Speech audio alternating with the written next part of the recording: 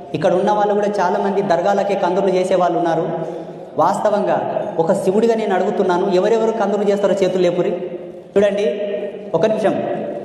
వాళ్ళ మత పరంపరమైనటువంటి సాంప్రదాయాలు వాళ్ళ పెద్దలు ఒక ధర్మాన్ని అనుసరించి నెలకొల్పారు. అందుకే వాళ్ళు పుట్టినప్పుడు సుంచులు చేసుకుంటారు, నడుముకు మొలతాడు కట్టరు, ఆడపిల్లలు నష్టాన్ని బొట్టు పెట్టరు. వాళ్ళ మత పరంపరకు సంబంధించిన విధి విధానాలను అనుసరించే వాళ్ళకు పూజలు ఉన్నాయి. మీకు మీ జన్మ పరంపరకు, మీ జీవ అస్తిత్వానికి, ఆత్మధర్మానికి, పరమాత్మ ధర్మానికి, ప్రకృతి ధర్మానికి 3 ధర్మాలకు అనుకూలంగా మన ఋషులు మన పూజలను ప్రవేశపెట్టారు. ఇప్పుడు నీకు వాళ్ళకి ఏం పొంతన ఉందని పెళ్ళి అడగోయి మీరు అన్ని చేసుకుంటున్నారు చెప్పండి.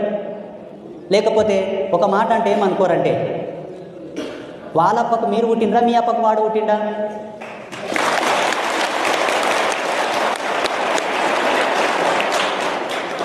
నేను ఒక తాపసిని, ఒక సన్యాసిని, ఇంతగా నేను మాట్లాడకూడదు. కానీ ఇంత ఆవేశంతో ఇంత వరస్టుగా మాట్లాడుతున్నంటే భారతదేశం ఎంత ప్రమాదంలో ఉంది, సనాతన ధర్మం ఎంత ప్రమాదం ఉందో మీకు తెలియదు.